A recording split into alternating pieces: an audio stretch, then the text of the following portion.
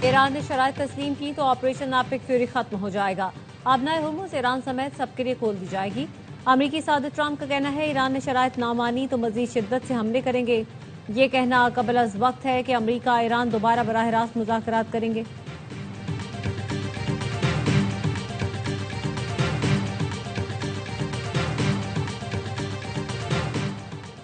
Tehran میں امریکی تجاویز پر غور کیا جا رہا ہے، کسی نتیجے پر پہنچنے کے بعد پاکستان کو اپنا موقف بتائیں گے۔ ترجمان ایرانی وزارت خارجہ کا کہنا ہے ہم اپنی پوزیشن سے متعلق پاکستان کو آگاہ کریں گے۔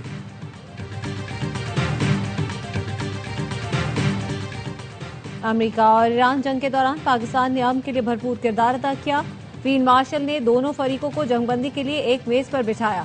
وزیر اعظم شہباز شریف کا بین الاقوامی پیغام، اسلام کانفرنس سے خطاب، کہا ثالثی کی کوششیں اب بھی جاری ہیں، دعا ہے کوششیں کامیاب ہوں، خطے میں امن ہو۔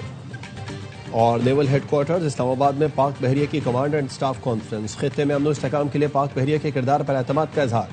مارک حق کی پہلی سالگرہ پر شہیدوں کو خراج عقیدت۔ نیول چیف ایڈمرل نوید اشرف نے کہا مشرق وسطی میں جاری کشیدگی خطے کی بحری سلامتی کے لیے بڑا چیلنج ہے۔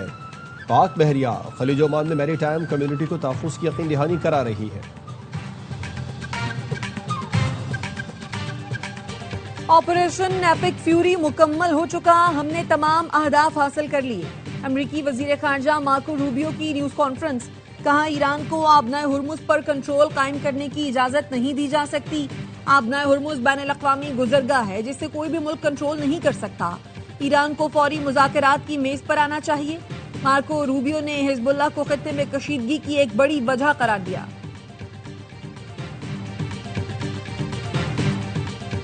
ایران مذاکرات کے لیے تیار لیکن دھمکیوں میں نہیں آئے گا۔ بین الاقوامی قوانین کے تحت ایران کا جوہری پروگرام جاری رہے گا۔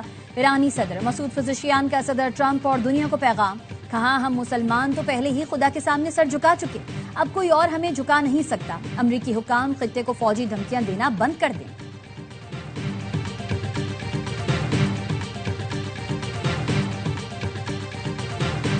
امریکہ اور ایران جنگ کے دوران پاکستان نے خطے میں امن کے لیے بھرپور کردار ادا کیا۔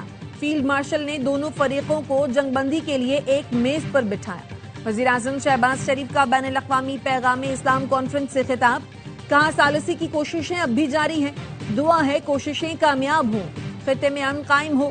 وزیر اعظم کا صدر ٹرمپ کے پروجیکٹ فریڈم روکنے کے فیصلے کا بھی خیر مقدم، کہا پاکستان سمیت دیگر ملکوں اور سعودی ولی عہد کی درخواست پر صدر ٹرمپ کا رد عمل فراخ دلانا ہے۔ یہ فیصلہ خطے میں امن، استحکام اور فہمت کے فروغ میں کردار ادا کرے گا۔ پاکستان تحمل، مکالمے اور سفارتکاری کے ذریعے تنازعات کے حل کی حمایت کرتا ہے۔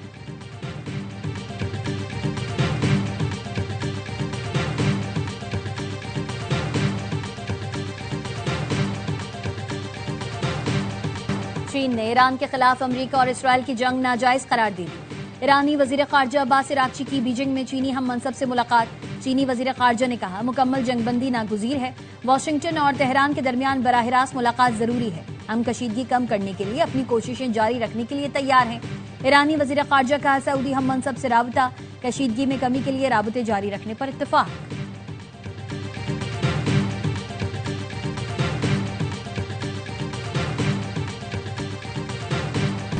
ہم امریکہ اور ایران کو 47 سال بعد مذاکرات کی میز پر لائے۔ پاکستان کی ثالثی میں امریکہ اور ایران کے درمیان اسلام آباد میں براہ راست مذاکرات ہوئے۔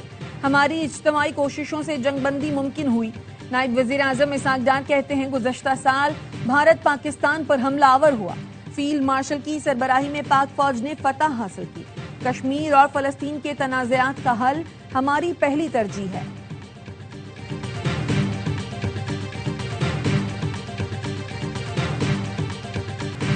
مارکا احد صرف یادگار نہیں بلکہ واضح لکیر ہے جو ہمیشہ کے لیے کھینچ دی گئی ہے۔ وزیر دفاع خواجہ آصف کہتے ہیں آئندہ کسی بھی مہم جوئی کا جواب زیادہ شدید اور فیصلہ کن ہوگا۔ ہماری بری، بحری اور فضائی افواج کی جوابی صلاحیت دشمن کے تصور سے کہیں زیادہ ہے۔ بنیانوں مرصوص کی طرح قوم مسلح افواج کے ساتھ سیسا پلائی دیوار بن کر کھڑی ہے۔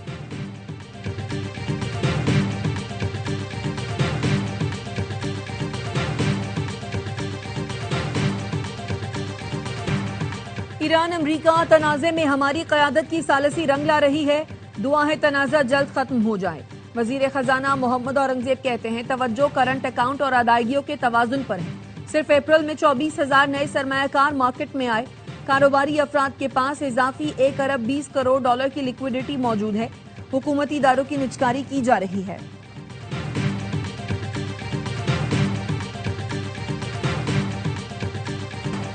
عالمی منڈی میں تیل کی قیمت نیچے آتے آتے پھر بڑھ گئی. لندن برینٹ خام تیل $102 فی بیرل سے زائد ہو گیا. خام تیل کی قیمت آج $100 سے نیچے آ گئی تھی. ویسٹ ٹیکساس خام تیل کی قیمت بھی بڑھ کر $94 سے تجاوز کر گئی. سپریم کورٹ اور وفاقی آئینی عدالت ایک دوسرے کے ماتحت نہیں، ہم پلہ عدالتیں ہیں. 27ویں آئینی ترمیم کے بعد سپریم کورٹ اور وفاقی آئینی عدالت کے دائرہ اختیار پر اہم فیصلہ جاری. عدالتی فیصلے میں کہا گیا وفاقی آئینی عدالت کے فیصلے قانونی اصولوں کے حوالے سے دیگر عدالتوں پر لازم ہوں گے. آرٹیکل 189 ایک عدالت کو دوسری عدالت کے ماتحت نہیں بناتا. آرٹیکل 199 کے تحت دائر آئینی درخواستوں کی اپیلیں وفاقی آئینی عدالت سنے گی.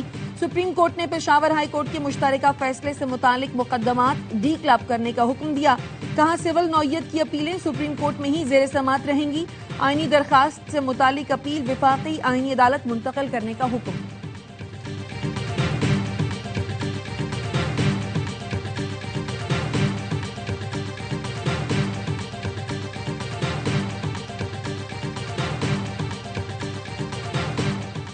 بشرا بی بی تک ذاتی معالج کی رسائی اور فیملی سے ملاقات کی درخواست پر اسلام آباد ہائی کورٹ میں سماعت. ایڈوکیٹ جنرل نوید حیات ملک نے کہا مجھے چارج ابھی لینا ہے، 1 دن کا وقت دے دیں. جسٹس ارباب محمد طاہر نے آئندہ سماعت پر سپرنٹینڈنٹ اڈیالہ جیل کو دوبارہ ذاتی حیثیت میں طلب کر لیا. ریمارکس دیے اگر وہ نہیں آئیں گے تو ہم آدمی بھجوائیں گے، وہ گرفتار کر کے لے آئے گا. سماعت منگل تک ملتوی کر دی گئی. سلمان اکرم راجہ کہتے ہیں کسی بات چیت کا علم نہیں، اگر ہو رہی ہے تو ہو، میں نے آئین، قانون اور عوام کے حقوق کی بات کرنی ہے.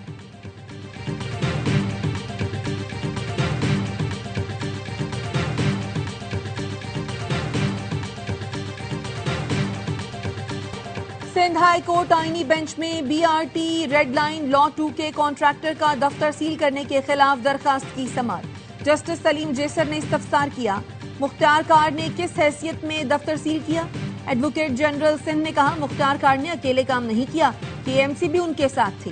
جسٹس سلیم جیسر نے کہا کے ایم سی دفتر خود بھی تو سیل کر سکتی تھی. اگر وہاں کانٹریکٹر کا قبضہ تھا تو سول کیس ہو سکتا تھا.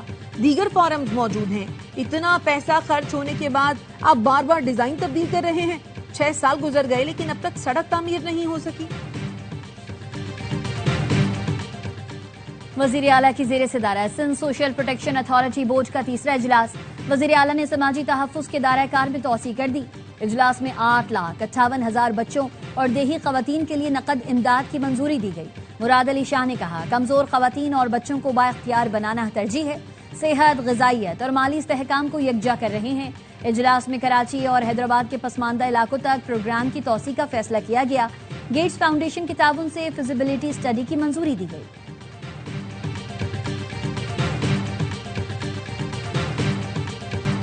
وزیر اطلاعات پنجاب عظمہ بخاری نے مارکہ حق کے حوالے سے تقریبات کا اعلان کر دیا. کہتی ہیں لبرٹی چوک پر 8 اور 9 مئی کی رات بڑا کانسرٹ ہوگا. وزیر اعلیٰ پنجاب 10 مئی کو شاندار تقریب میں شرکت کریں گی. ملک کے لیے کوئی بھی قربانی دینی پڑی تو پاک فوج کے شانہ بشانہ کھڑے ہوں گے.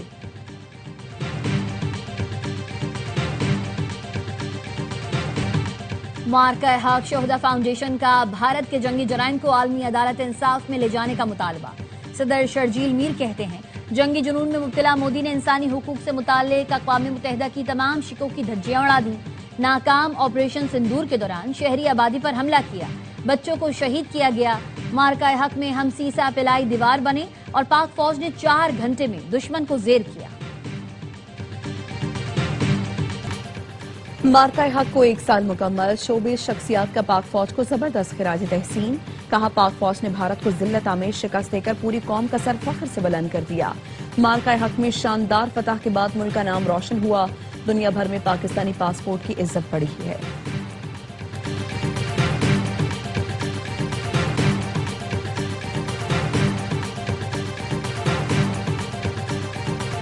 Australian royal military college Duntroon کی passing out parade. Pakistani army cadet Sardar Arsam Abbas over all best foreign military cadet قرار. ISPR کے مطابق سردار ارسام عباس کا تعلق PMA 152 لانگ کورس سے ہے۔ یہ اعزاز تمام تربیتی شعبوں میں بہترین کارکردگی دکھانے والے غیر ملکی کیڈٹ کو دیا جاتا ہے۔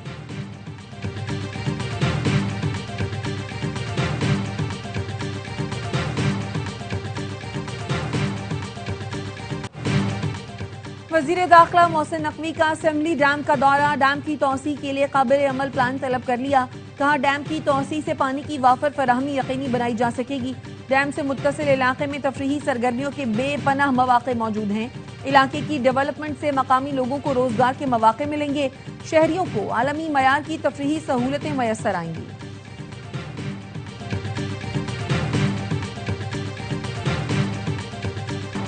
سندھ میں کل سے ایک اور ہیٹ ویو کا خدشہ، محکمہ موسمیات نے الرٹ جاری کر دیا۔ درجہ حرارت 47 سے 49 ڈگری سینٹی گریڈ تک جانے کا امکان۔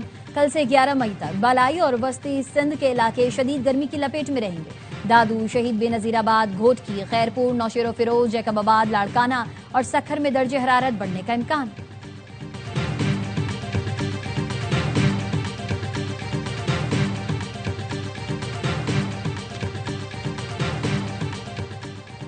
سندھ میں شدید گرمی کے باعث سندھ پینگ گیمز ملتوی کرنے کا فیصلہ۔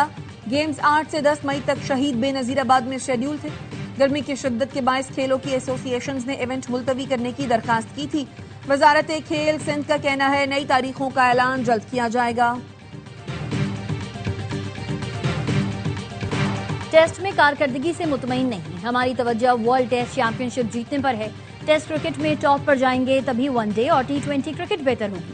قومی فاسٹ بولر شاہین آفریدی کا کہنا ہے کسی بھی ٹیم کو ہوم گراؤنڈ پر ہرانا آسان نہیں ہوتا۔